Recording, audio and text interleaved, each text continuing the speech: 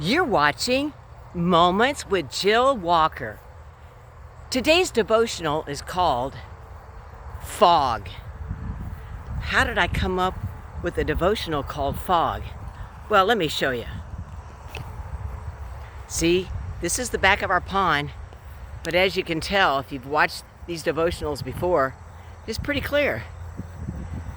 You can see the shadow and outline of the other houses across from the pond. But look how foggy it is. You can hear the crickets chirping and other bugs. And you can hear the semis on the other side of this fog on our interstate. But see it? It's fog. You can't even really tell clearly, except a few outlines of the shadow, what it is. And I'll take you now across the street, and it's foggy there as well. It'll lift in a few minutes. Probably in the next hour there'll be a remarkable difference. But this reminds me of people that are in a fog in life. They're walking in a fog knowing about God. There's a verse that's in Ephesians 1:18.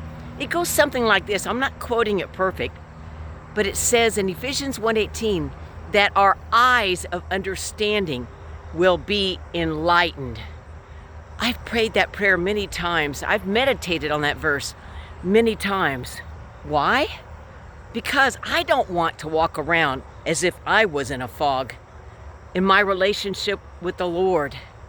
So I ask God, please open my eyes of understanding, so my eyes and my spiritual eyes, and my heart will be enlightened.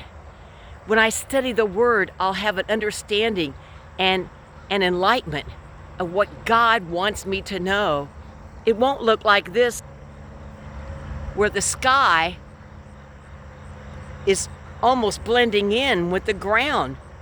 There is a difference between the sky and the ground, but because it's so foggy out, you can't barely tell that there is, except for a line that's going across about right there. Well, I'm putting my finger there, but I'm not doing a good job. So the next time you feel like you're kind of walking in a fog with God, check out, what was the last thing God told you to do? Did you obey Him, or did you ignore Him? He may be distant because maybe you haven't been obeying Him lately. Maybe your faith has become weaker, like letting an air out of the balloon, because you haven't been meditating and reading on the Word daily like we're supposed to, according to Joshua chapter 1, that says we should meditate day and night. Then He'll make our way prosperous. Then we'll have good success. God doesn't want us walking around in a fog. No, He doesn't want that.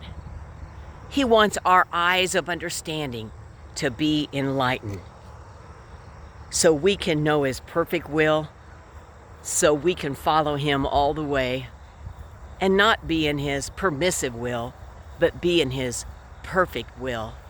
You've been watching Moments with Jill Walker. God bless you today.